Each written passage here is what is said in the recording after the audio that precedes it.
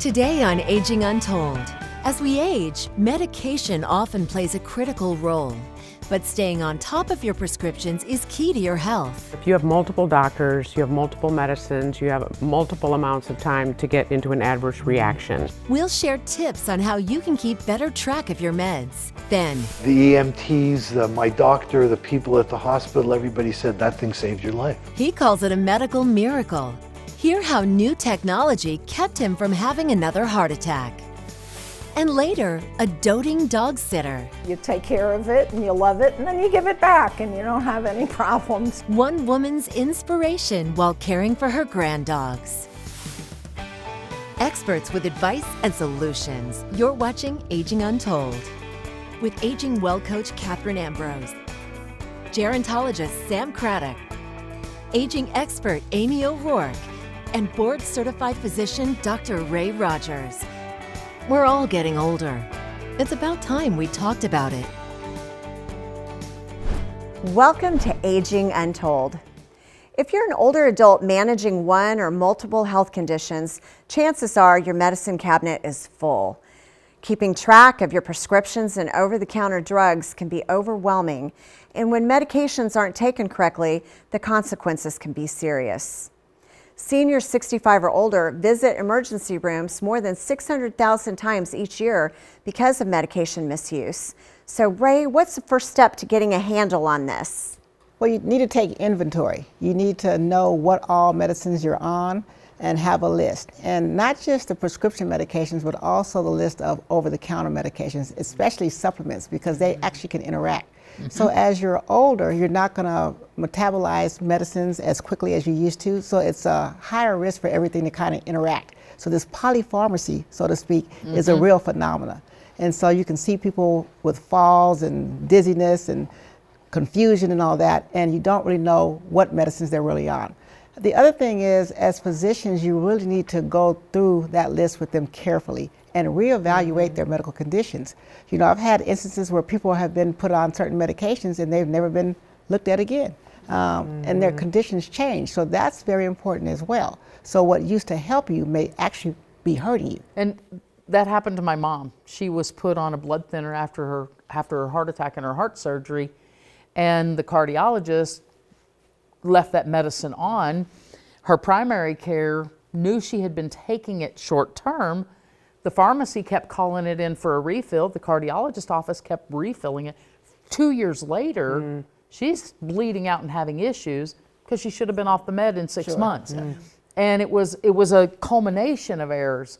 So you have to realize that, you know, one missed dose, one double dose, it can turn a really good day into a hospital ride or We an see that a ambulance lot ride. with statins. They put people on statins for high cholesterol and they just leave them. But if your cholesterol gets too low, you start having memory issues. Right. I think people need to remember, if you have multiple doctors, you have multiple medicines, you have multiple amounts of time to get into an adverse reaction. Sure do. The other thing that I don't think people know about is there's a profession called senior pharmacy. There's pharmacists that specialize in older adults and their medications. So you should take advantage of that if there's one in your area. The American Society for Consultant Pharmacists, I think, is the name of the organization. But take advantage of that, and then realize that 18 to 20 prescription drugs annually is the number of prescriptions, average number of prescriptions that people 65 and older take, which is Plus the staggering. supplements you don't know about. Plus the supplements you don't know about. Right. And there are some pharmacies that will actually sort those meds and put them in the pill packs. So they are dose-wise. The problem comes, and the biggest one I see, is when there is that hospitalization, and then the hospitalist comes in and jacks all the meds around, DCs, discharges off a bunch of meds. Yep. They're still in the pill containers at home. They're still in the medicine cabinet. Send you home with an entirely new list, and then you're trying to make those adjustments. You've got to build a system now that's going to catch that mistake before it catches you. It'd be confusing for anyone, Oh, let it alone is. someone that has medical challenges or cognitive challenges, so absolutely. And I'm not exactly sure how this happened, but a cardiologist had recommended a medication for my husband, and a pharmacist was trying to be helpful and said, use this instead. And the cardiologist was not too happy later on when he found out. Well, what happens is you have to, there's a box on there that says DAW, dispense as written. And if you don't mark that, they can substitute it with any generic, and they frequently do. Well, if we jump back to the hospitalization, I'm so glad you brought that up. Like, if you're a caregiver, go into the hospital with the list of medicines that they're on, look at the medicine at the hospital, and then wherever they go, match those two and make sure that they're back on the medicines that work for them, particularly if there's a psychiatric condition. Right, right. And be careful when a hospitalist DC's off meds, make sure you follow up with your primary care really quick.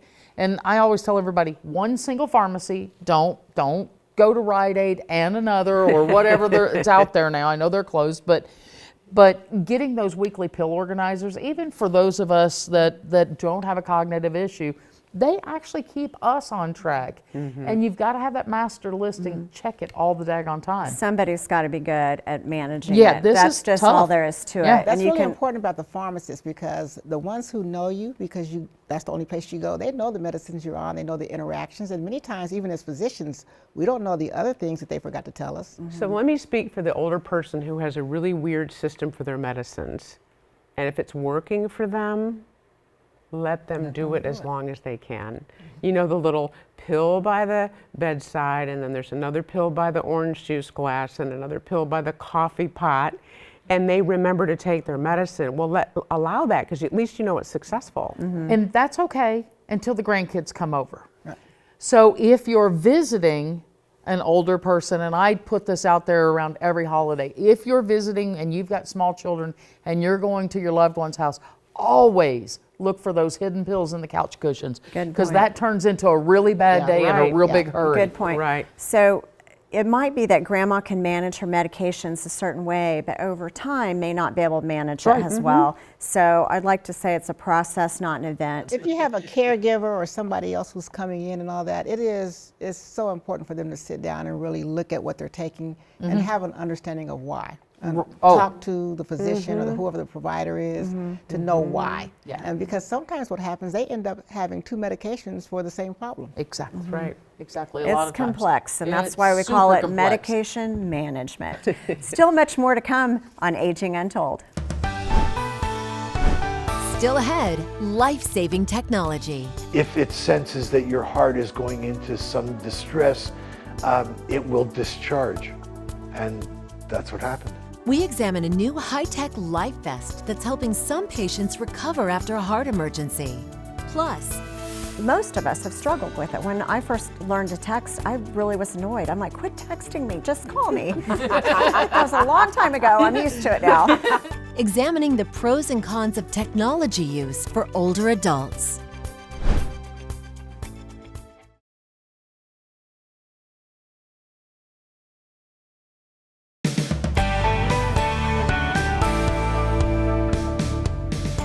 When it comes to technology, many of us have a love-hate relationship with it. On one hand, it can help us stay connected, manage our health and finances, and it even helps us feel safer through tools like home alarms and cameras. It's constantly changing, so it can be hard to keep up. Sam, what's your take on this? When does tech help or harm? You know, it does a little of both. So tech should benefit and it should help you stay independent. But sometimes it gets too much. Like, you know, how do you sign up for Social Security anymore? You have to do it online. You have to be tech enough to do that online. So, you know, having support, having, you know, people that can help you with it is going to help a lot. But we have access. You know, does everyone have the internet? No. No. Confidence, the skills, just having the skills to do it. I was in the first age group that had a computer in our school. So anybody older than me, when did they get them? You know? And then the design, the tiny fonts, all those things. We have to see where we can change things to make it better for our aged community to keep it from stealing their independence. I tell you, the first time I started to have to like accelerate my knowledge in technology, I got paralyzed. I was like, what do I do? What do I do? Well, I called my nephews. You know, I called my nieces, and they really helped me. But when I think about people out in the world, where can you go for help? AARP has programs that will help people get, learning. I think it's called the Ready at 50, and then Senior Planet's another organization that will help people learn. There's high school clubs, the Road Rat Club. So see what's in your area to help you kind of get past what I was in, which was the paralysis of, how do I learn this new thing? I'm still paralyzed. I say that I say that I'm IT bankrupt. Yeah. So I call my grandchildren. You guys, I'm always calling Sam. Can you help me with this? Oh, And yes, ma'am. But I'm getting there. Most of us probably aren't too thrilled when we have to learn new technology. Now, others get so excited, but the truth of this, most of us have struggled with it. When I first learned to text, I really was annoyed. I'm like, quit texting me, just call me. That was a long time ago. I'm used to it now. But it's not fun to learn something new sometimes. However, it will really help you. We want active adults to be engaged, and call the relatives, call people that can help you, because it is your lifeline sometimes in our modern life. A lot of older seniors sometimes will say, oh, well, my son tells me everything. I can guarantee you, he's not. He's just not. Yeah. And so you're missing out. You're missing out on photos and family events if you're not plugged into the family thread where people are sharing all their information. So make sure you stay plugged in. Once they start getting connected, they start having fun with it. Oh, yeah, they do. It does. Very Yeah. true. Yeah. Absolutely. We'll be back on Aging Untold. Coming up, a Vermont woman could have sat at home after the death of her husband and beloved dog. I was really stressed, and so when I'd go for walks, anybody with a dog passing by, I would stop and I would pet and I'd give treats. Instead, she decided to fetch a new adventure. Hear how she found purpose among her four-legged friends. But first, When somebody has a heart attack and their heart needs to be shocked, that takes time. This was immediate. we take a look at new technology helping patients live a full life. You can watch Aging Untold anytime online. Go to aginguntold.com or subscribe to the Aging Untold YouTube channel for more.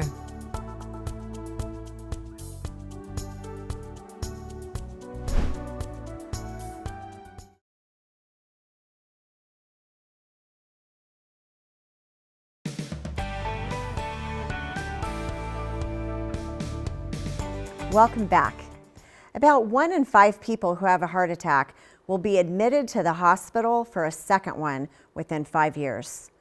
For patients at risk of sudden cardiac arrest, a doctor may prescribe a wearable defibrillator which monitors the heart and delivers a shock to restore rhythm. An Arizona man says that device saved his life. Jason Berry shows us how it works. Life is back to normal for Izzy and Benita Sonabend. The Phoenix couple is traveling again, spending time with family. And it's all because of this. A medical life vest that saved Izzy's life. The EMTs, my doctor, the people at the hospital, everybody said that thing saved your life. The 72-year-old grandfather was feeling great, playing ice hockey every Friday night. Then everything changed when he had a heart attack. Thankfully, Izzy recovered and was sent home from the hospital. But because he was still at risk of another cardiac crisis, doctors prescribed him a life vest, a wearable heart monitor and defibrillator to be worn around the clock. The device is intended to apply an electrical shock if someone's heart stops. If it senses that your heart is going into some distress, it will discharge. And that's what happened. Izzy went into cardiac arrest at home in the middle of the night. His wife says the life vest was able to address the problem right away without having to wait for paramedics to arrive. When somebody has a heart attack and their heart needs to be shocked, that takes time. This was immediate. And we could have lost him in that time that it would take, whether it was for rescue to come here or from the nurse's station in the ICU into his room. Doctors at Banner University Medical Center, Phoenix, tell us a growing number of cardiologists are prescribing these life vests for patients who are in the middle of a treatment or waiting for another procedure, like what happened with Izzy. It served its purpose perfectly in providing a bridge between the initial event that damaged his heart muscle and then more definitive therapy that turns out he very much did need and he really would have never gotten, because he would have actually likely died in his bed that night. The company that makes the life vest claims the vest is saving 3 patients a day, every day across the country. Having survived through this, Izzy is happy to be one of those statistics, telling us he still has a lot to live for. it's my a mission to make sure that I make the most of what there is and give back. There's a perfect example of modern technology working. Yeah. Absolutely. The thing is, you're treating what's happening now, as you should, is very acutely. I think people get really comfortable and thinking, okay, I have this device and all that, and that's great, but you still have to work on how you got there. What's going on in your body that's contributing to make this happen? My concern would be, what do you do when you're showering? Yeah. What happens if you have a heart attack while you're showering? You know, if you've got the life vest. So I've seen the internal defibrillators a lot. But didn't your husband have? My husband wore one for a while, and you have to take it off. You have to run it through the wash too. So so you do have to take it off for a little bit. He actually did not like wearing it. I think that gentleman had a really great attitude, and it worked out for him. Well, my husband did not. So, yeah. My husband did not like wearing it. He had some malfunctions with it and was frustrating, and he just really was having just a hard time like dealing with all of that. So luckily he's off of that now. No, I think it's huge. I think it's a huge emotional thing to put that thing on and have it on. It's like a reminder that you have the mortality. Exactly. But where my head went is, does insurance cover this? That's How what I wanted to expensive know. is it? It's very expensive. So I'd want to know way ahead of time, and that would be a really hard thing to know, that I can't afford this thing that could save my husband's life. Well, like the guy said, it's also an interim.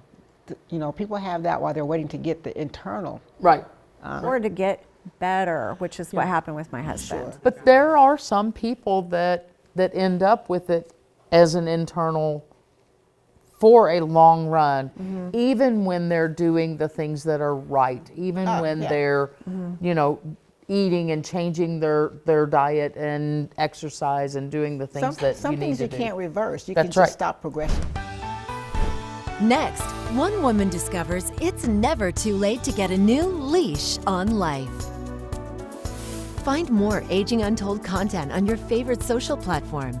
You can follow Aging Untold on Facebook, Instagram, and TikTok now.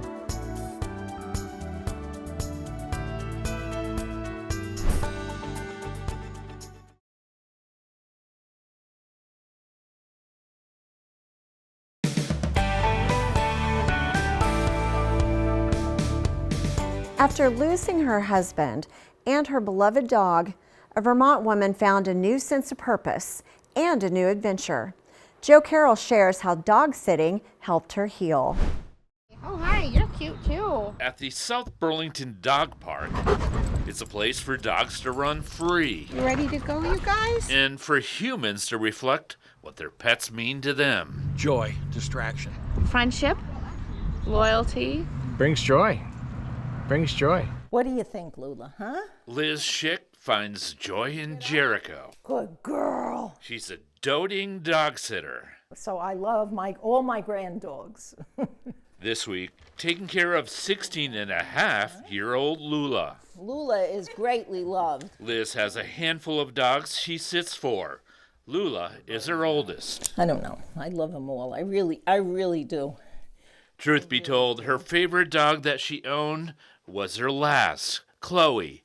They both were there for Larry, Liz's husband, as his health declined. She was with me through the ordeal, and luckily we were able to spend the last 4 or 5 days with him at the respite house, which was just wonderful. Larry died shortly after that. She sold the condo in Colchester, and the two of them moved to Essex. But this is where all my doggies are. That was Chloe when she was a puppy. Her toes were always painted. She was so elegant. But a year later, Good time. Chloe passed away. For the first time then, I really was lonely.